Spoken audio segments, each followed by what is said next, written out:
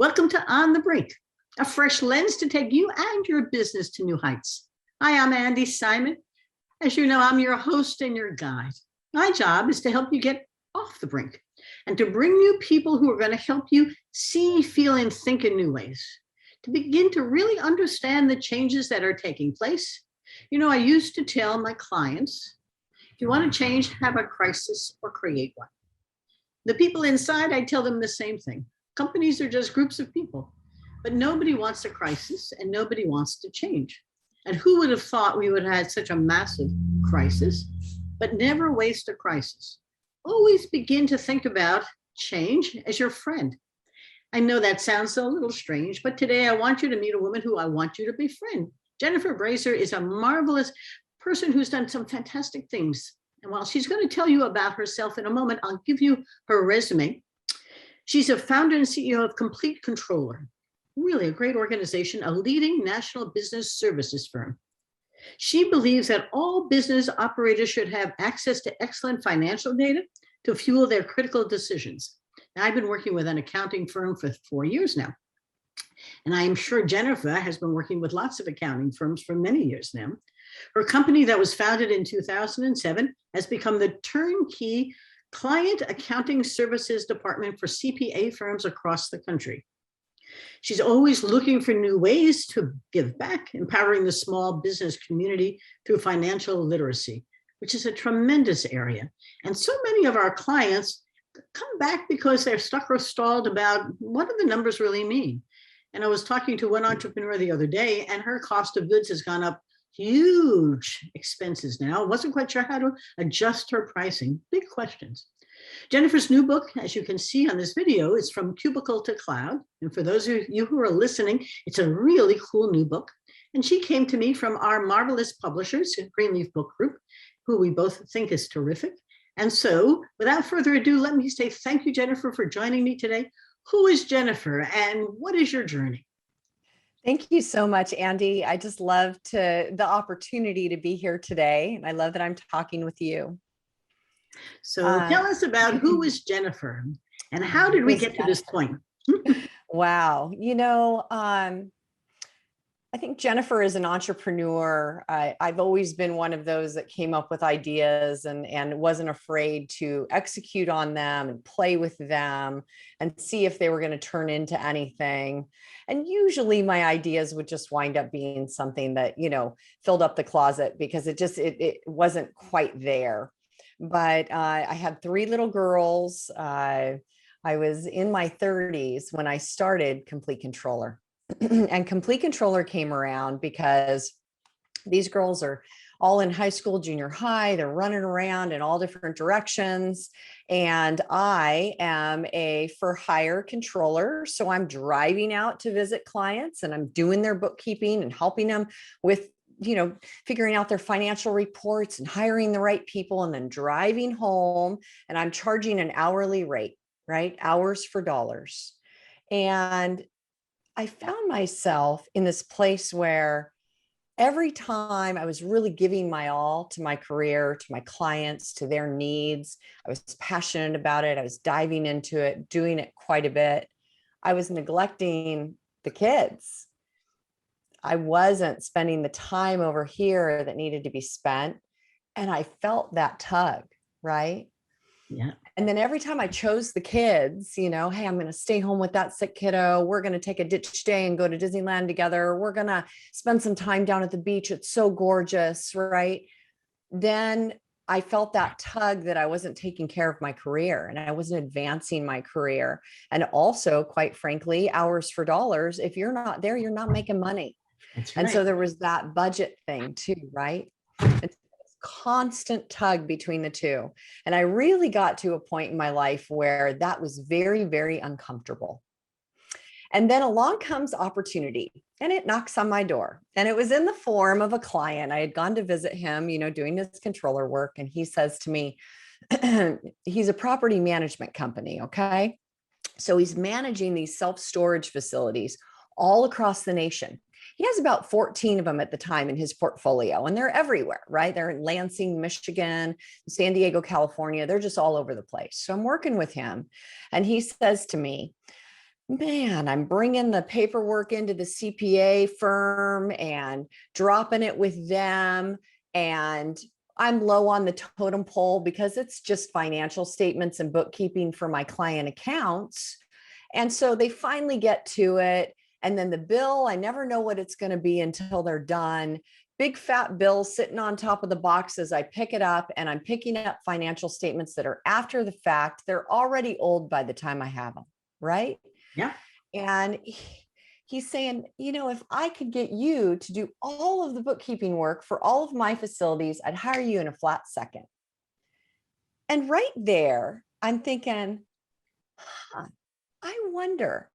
So that planted that seed, right? And we all know this. All of us, listening today have that entrepreneurial spirit. So we've all had that seed planted where you recognize, wait a second, this is an opportunity. Yeah. So now it's my chance to either think about it more and start to flesh it out, or just go, don't have the time, don't have the energy, don't have the resources. And that's okay too. But for those of us who are like, I think I need to grab this baby, that was me. So I'm thinking about it and thinking about it. And I finally called him up and said, Greg, if I can find a way to do bookkeeping for all of your facilities, would you hire me to do it? Can I get your promise? And he said, as long as it's within the right budget price point, it's got to be like under $500 per facility per month. And you have to be able to pay all the bills. It's not going to be easy. I'm like, okay, now I know what he needs. And so I went back to a friend of mine and I said, I need an IT person because I'm not an IT person. And when you look up Complete Controller, you see we're a bookkeeping service, right? Yeah. We're all about doing bookkeeping for small businesses, for busy households, usually the entrepreneurs' households, because they're too busy running their business and trying to have fun, to do their bookkeeping. But we're also a tech company because when we do business, we do it virtually, and we have from the start. Yes. And I'll tell you, if you remember 14 years ago, there was no cloud. No, it's not that long ago. There was none of what we have now, right? None of it. Yep. It's all changed. And of course, with COVID changed so rapidly, and we'll get to that part of the story. But, back then it wasn't a thing, right? People weren't clamoring to get on the cloud and do work virtually, but there was a need, right? Yes. So I went ahead and I spoke with this tech guy that I had been introduced to. And I sat him down and I just said, hey, here's my pie in the sky idea. Just tell me if I'm dreaming or if this could actually be a thing, right? Yeah. Because, and here's the thing is, have people shoot you straight. Yeah. Because a lot of vendors will get out there and they'll build anything you want them to build. They'll do anything you want them to do because they need to make a buck too, right? Yeah. But the ones that shoot you straight, they're so valuable. The ones that will really tell you the truth. That's true. And for him, he says, I can do this. This can be done. And it's going to take a little doing, but it can be done. And of course, that's what I needed to hear. That's all I needed to hear. So what do? I turn around and I put him to it. What's it going to cost? Get me a proposal. What's the timeline? And I think all of these are really important, questions, because if you don't know, you wind up in this. Have you ever done home remodeling? Yes. Right?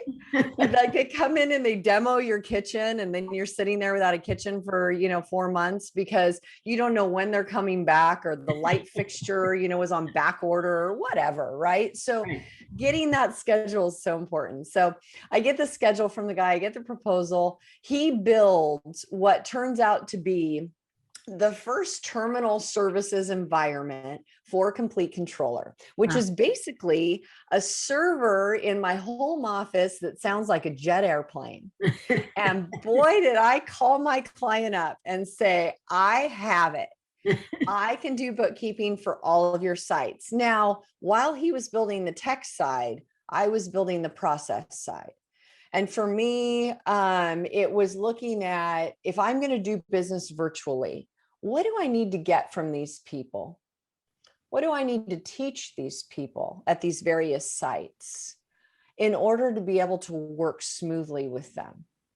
How can I best serve them, but keep my processes standardized and efficient? Mhm. Because if I'm just like doing it different for each person, I'm going to find myself in trouble and I can't control the cost. And remember, my client had said it needs to be a set price point and it needs to be within my budget.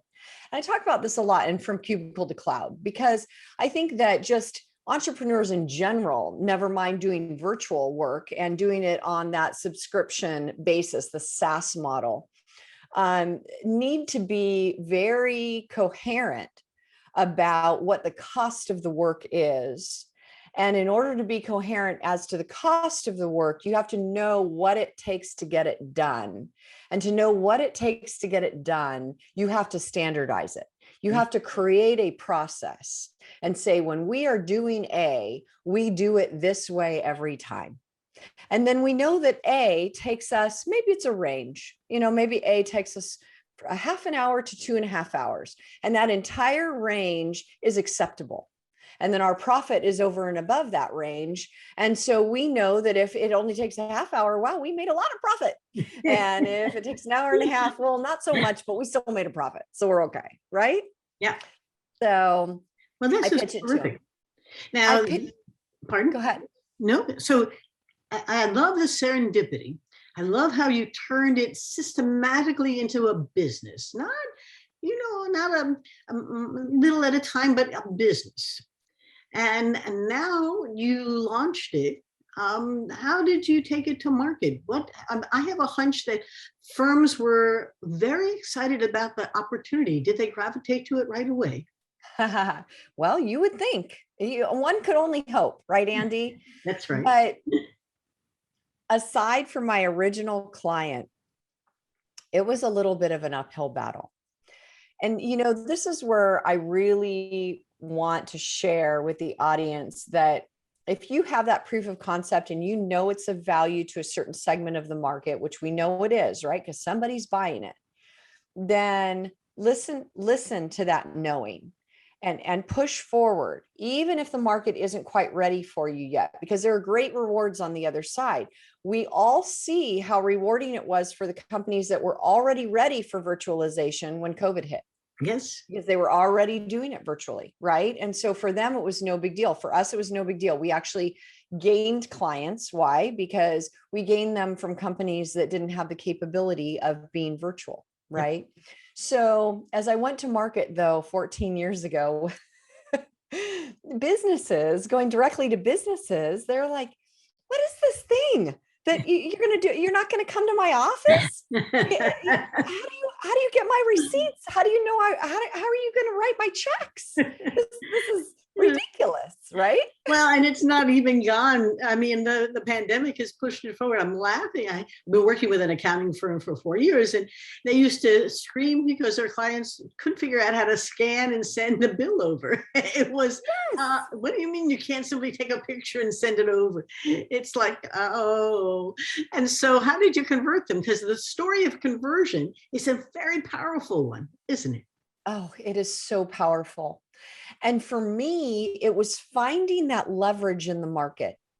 So what I realized as I was chugging along, and I was able to bring on many of my current clients. I was able to, and I talk about this in the book too, take the leap, which is that time when I was straddling both horses and I finally said, okay, I'm not going to go see clients anymore. Either you're a complete controller client or you can't be my client. And so, I did that. And so I was able to get some clients that way. But going direct to business, what I was finding was a lot of these business owners were going back to their CPA anyway. And they were talking with their CPA about, oh, I'm thinking about hiring this bookkeeper, and oh, it's a virtual service. And CPA is like, oh my God, no, don't do that. Whatever. Or they're like, oh, that sounds like a great idea. Go for it. And so very quickly we began to understand that CPAs were either going to be our worst critic or our best influencers. That's right. Yes. Influencers. I could feel it already. I could see the look on their face. You're going to do what? Or, oh, how good is that? Can I get all my clients with you? Right? Exactly. Amen. Either they loved it or they hated it. And so what we started to do is go about educating the CPA community. Yeah. And we started reaching out to them and saying, hey, listen, this is what we're doing. What do you think? Uh-huh. What a great way to get evangelists on your side. Ask them their opinion. Yes, Everyone has an opinion. and Everyone wants to tell you what it is, right, Andy? Jennifer, though, let's emphasize that for the listener, because collaboration has become a real buzzword today. But if you think you know it all, that's fine. But unless they believe it too, you really don't have an opportunity to convince them, because it's in their head. And if they don't see it, they can't believe it. They certainly can't influence it. And today it doesn't take a lot to be an influencer or a complete roadblock for your business growth. So what did you find as you asked them? Did they all sign on and they say, oh, this is so cool. How can I get you lots of clients? It'll make my life easier. You know, it was interesting because when I took the time to ask them, what do you think? They gave me their honest feedback. And because they were willing to give me that feedback, I was able to overcome barriers. Yes. See, you can't get in there and tell them everything all at once, no matter how glossy your flyer is or how much information. In fact, the more information it has on it, the less will probably read it. The fewer people will read it, right? Because it's just too much. So what you have to do is get them to throw something at you like, oh, well, you can't do that because of this. Well, this is how we've overcome that. What do you think? Well, then you can't do this over here. Well, this is how we've overcome that. Or, wow, you know what? That's a great point. I hadn't thought of that. I want to bring that back to my customers and see how they feel about it. And so creating that collaborative environment actually threw the doors open for us. Yep. And we literally had CPA firms that were like, where have you guys been all this time? This is what we need. Well, I can't tell you how many companies tell me they hate their controller. And so you were on the brink of something that was dramatically transformative. And go ahead, finish your thought, please. Absolutely. Well, you know, and what was happening too is the CPA firms were stuck with this. Their client comes to them, they desperately need bookkeeping. They're looking for a recommendation from the CPA that the CPA might have a bookkeeping service that's like, you know, Jane's Bookkeeping down on the corner. Yep. And they could send them there, but that's still brick and mortar. They're still dealing with the higher prices. And most of those services specialize. So they're like, hey, we do restaurant bookkeeping or we do warehousing or, you know, whatever. And then there's the other option, which is what we call the Betty Sue bookkeeper. Betty Sue bookkeeper is what I was doing in the beginning, driving to my clients and cutting checks and hiring people and looking at the financial reports and then leaving. And then you don't see me again until next Wednesday, right? Yep. And so Betty Sue bookkeeper works in this bubble. She has this total autonomy. She can write checks and also reconcile the bank account. No, very bad, right? So then the other option is, well, we can help you train somebody. So then people would bring in their family members. Oh gosh, family members are the worst. I'm telling you, family members are all entitled. They all think because you're making some money in your business, they forget that you had those starving days where you had to like work, 20 hours a day.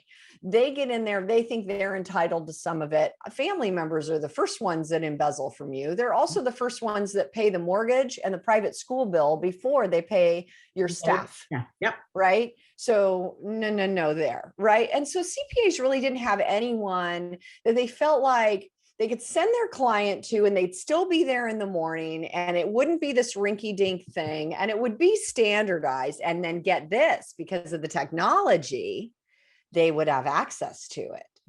So we had built a system where the clients could work alongside us if they wanted to. If they didn't, we would do all the work, and the CPA could get in and they could do it. And this is before QuickBooks Online. Yes. And then as QuickBooks Online emerged, and it was like way worse than desktop, and it's working its way up and it's working its way up. Well, we're still hosting desktop and we're doing great because we've given everybody this access. Yep. And so it was very well received by the community, and we started to get an import of referrals.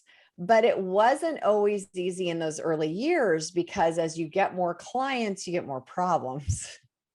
And we were a tech company. And so what was happening is we were getting more clients, and then we were realizing we were overwhelming our technology.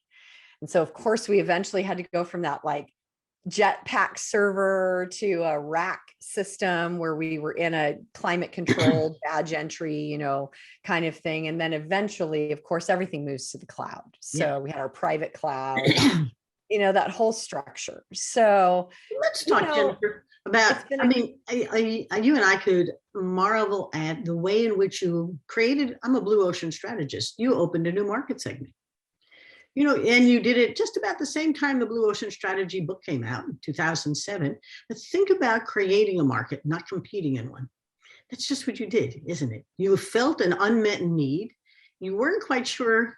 You weren't going to drive faster to get to more clients. That wasn't a solution. So it wasn't simply incrementalism that was going to get you better. It was transformational. It was huge value innovation. It's so exciting to listen to you because you make the story of doing this come alive. It isn't simply that you saw something and I'm done, I got it, and people lined up. You created demand. That's the hardest part. Even if the system is good, all right, creating demand is enormous potential that doesn't necessarily turn into profits right away. So this was very exciting. What made you write your book, From Cubicle to Cloud? And tell us a little bit about what's inside, some of the lessons that can be learned. Absolutely. So when you're starting off your business, you don't really want to tell anyone all your secrets, right? Because especially in my position where there were only a couple of people just like dipping their toes in the pool back in 2007. And it was October when we founded. So, we didn't want to tell everybody exactly how we were overcoming all the barriers because they were our competition and they could leapfrog us. So we really kept our secrets close to the chest. And we did for many, many, many years. And then finally, in 2019, I really got this calling to start positioning myself as a colleague that would share, that would give back to my industry, that would empower my industry. Because mind you, by then it had been 12 years and accountants are the slowest people to do anything.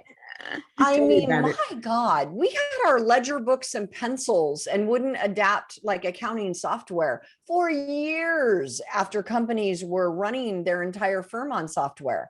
And then now finally, accountants are like begrudgingly using software and we're going to go to the cloud. And they're just like, oh my God, this is going to scramble my brain, right? What will I do with my pencil? Yes, we're all these years later and we have these large firms that are like just kind of starting to think about maybe client accounting services is a good idea. And so I wanted to reposition it for them. And first of all, I wanted to write the book to say, you can do it. It's easy. Just do it. Like, here are all of the little components that we use. You can even piggyback on us and just do what we do. Or if you don't like something, don't do that. Do something else. Pick what you like. Leave the rest. Just do it. Go virtual. Be able to serve a larger segment of the market. And then I also wanted to write the book to tell my journey because I'm all about entrepreneurial empowerment. And I have to tell you, I think that a lot of up and coming entrepreneurs, they see the ones who have gone before them, the ones who become their mentors, the Andis of the world, the Jennifers of the world. And they're like, oh my gosh, these ladies did it. Like, how did they do it? They're just these superstars, right? Mm-hmm. And what they don't see is that, and you can read about it in the book, in Bootstrap Boogie. They don't see the roommates and the ramen noodles. They don't see I love that chapter. Living room, right? Yeah. They don't see those days when you're sitting in your car, holding onto the steering wheel, not going anywhere, just thinking, just wondering, am I doing the right thing? Am I headed in the right direction? Should I keep going? Should I turn back? And of course, we all have that, right? So they look at those trappings of success. And sometimes as an accountant, I just want to encourage people, don't go after that first. Because when you have the McMansion and you have the dog and the private school and the 2 cars and the recreational vehicle, that's a lot to have to take care of. Yep. And your business is a baby. So it's like having a brand new baby. And that's the lot to take care of. And it's going to need your attention and your capital and your knowledge, your wisdom. It's going to need a lot from you. And when you're diluting that by trying to maintain this facade over here, that everything's fabulous and you're so ultra successful, right? It's just, it's So self-defeating. humility is an important part of being successful, isn't it? It is. Yes. It It is. also raises the question about what is this success anyway? You know, you sound like a woman who is far more concerned about helping others be successful than, in fact, establishing your own aura of success. I mean, I'm listening to you and I'm saying that book is really a culmination of all of the hard work coming together so others can appreciate it without you being braggadocious about it. It sounds like, I want to help others do what I did because as I work with them, they often are stuck or stalled. And if I hear you correctly, you don't want them to be either stuck or stalled, do you? No way. I want you to get unstuck. I want to give you all the secrets so that you can lay out your own formula. And we talk about, the getting the idea and sticking to the vision and, what needs to mold to the market and what needs to stay rigid and how to create processes and literally how to create processes. Like there is a chapter in the book where I literally give you an outline of how to create scopes of work for each department in your company. So you can take all the hats off and delegate and still know what's going on, Yes. How to monitor KPIs. And then as you talked about, Andi, the last chapter is give it away to keep it. And we do all get to this part in our life where we found success, whatever that definition is for you, for me, it's totally different. And that's okay. Whatever your success is, where do you go from there? Do you build it bigger? Do you find another thing to do? Do you want more power? You want more money? Yes. Or do you want to give it away? Right. And maybe you want a little bit of all of those pies. So what But are you I will go ahead. Well, I'll tell you that for me, giving it away was the greatest success because what happened for me is mentors really helped me on my journey. I had some very important women that helped me along the way with these little tidbits, the ones that told me the truth, the ones that didn't lie to me about, blow smoke, right? Like they really told me. And so to turn around and be able to do that for someone else in your community or in your industry, oh my goodness, it's just, you go to bed at night and you just feel so wonderful because this person is going to have a chance to launch their journey. It's what you're doing, Andi, all the time. They can launch their journey because of the wisdom that you brought to them. How cool is that? Well, and it also comes in so many important flavors for us. I think, and I'm not going to say as women or as men, but I do think that there are people who are sharers and givers, and there are others who are takers, and some are matchmakers. But Adam Grant's book on giving and taking and why giving really drives success is just what you're talking about. And on the one hand, you could have built this business for all of its financial worth and all of the other, our conversation could be a different one today. But you're a sharing, you're a giver. You want the rest of the world to know, this is how I did it. You can do it too. And I think there's something magical about people who want to do that. So every time, I've done 450 workshops since 2007. And every time I get in front of a group of CEOs or their key advisors, I say to myself, my job is to help you do yours. It isn't what I do, it's what you do. And the question is, can I give you a kernel of ideas that you're going to leave in today and go back to the office?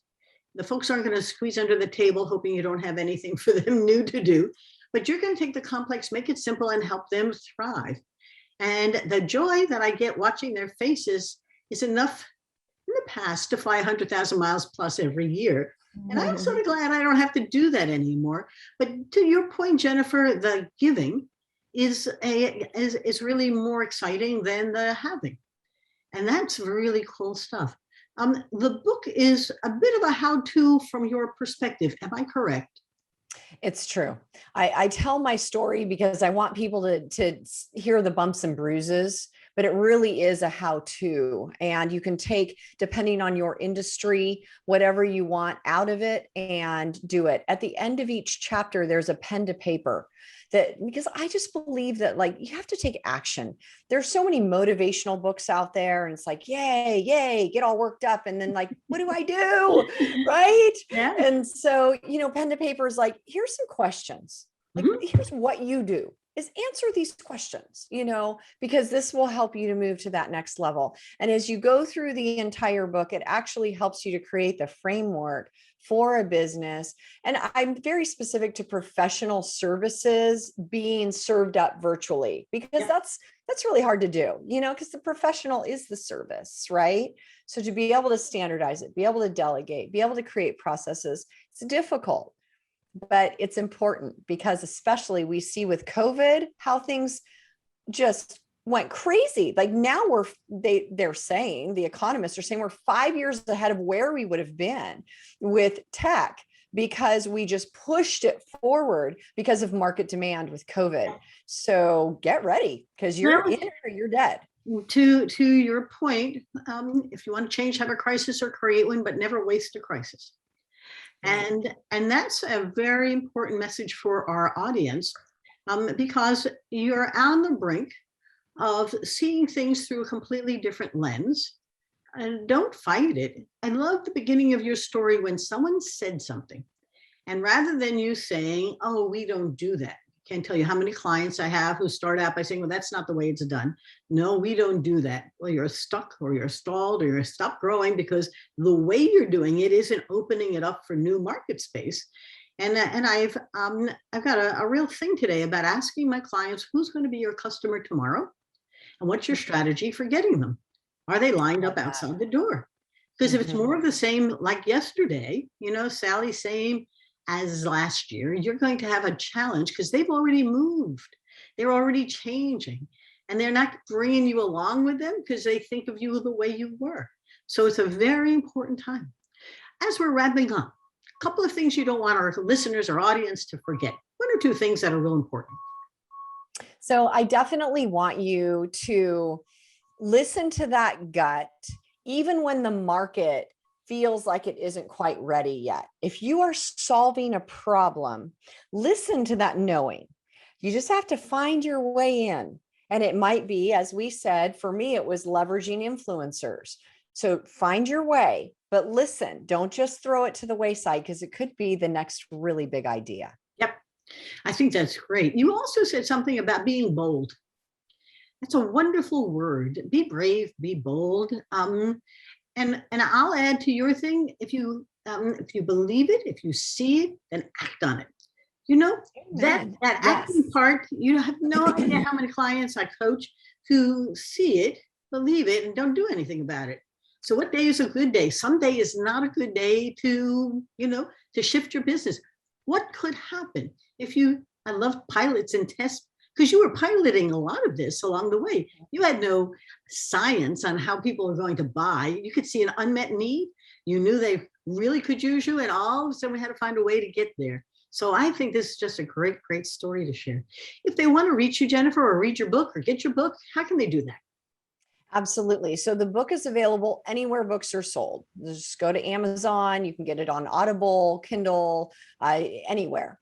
And then for me, you can reach me at jenniferbrazer.com. Drop me a line or find my Instagram, Jennifer Brazer, and you can interact with me however you like. And if you do a pen to paper from the book, I would love to sit down with you and review your pen to paper. So good. That can be your next thing to actually do, that action item. Well, because I do think that sometimes we listen in. I get great emails from our listeners, our audience, about how this has really helped me. And sometimes we need a little hand. And there's nothing better than a virtual mentor for all of you mentees out there who are looking for some wisdom on how to change. These are fast changing times. Don't fight it, because what you're looking at is going to move past you before you even hang on to it. And all those hurdles, make them opportunities. Think about them in a different mindset, is what's positive as opposed to what the problem is. So I'm going to thank my audience for coming today and remind you 2 books out: On the Brink, out of which this podcast is built, a fresh lens to take your business to new heights. And in it are 7 case studies of clients who were stuck or stalled, and we used a little anthropology to help them see things through a fresh lens. And it was all there. They just didn't see it. Unlike Jennifer, people were saying things to them and they said, oh, that's not what we do. And it was holding them back. My new book came out in January 2021, and it is called Rethink: Smashing the Myths of Women in Business. Jennifer could have been in that book. There are 11 women in there who didn't accept what they couldn't do. And you're going to find women who were told not to be lady lawyers, entrepreneurs who were successful after being told not to open up this business. Each of the people in there want you to hear their stories to better understand how you too can be the best that you can be. And out of all of this, we have a new online program. It's called Rethink Your Journey with Andi Simon. And in it, we have 8 modules to help you do just what we've been talking about today. Take some time, think about where you are, where you want to go, and let us lend a hand to help you get there. And there'll be group sessions as well as one-on-one, because we know that everyone learns differently. And it's good to know where you want to go, but sometimes you need a little hand to help you get there. And that's what we do. You know where to reach me: info@andisimon.com. That's ANDI Simon.com. LinkedIn, I'm all over LinkedIn and Twitter and Instagram and a little Facebook. Join our Facebook group called Rethink with Andi Simon. And it's a whole lot of women there sharing their ideas, and some guys as well. So thank you from On the Brink. Jennifer, thank you for today. It was a wonderful conversation. Thank you, Andi, for having me. I really appreciate it. Well, I'm just joyful about having the opportunity to share with our listeners, our audiences, all these wonderful women who have really tackled the untackleable and said, of course I can. Why not? And off we go. And I'll say goodbye. Come again every Monday. Bye-bye now.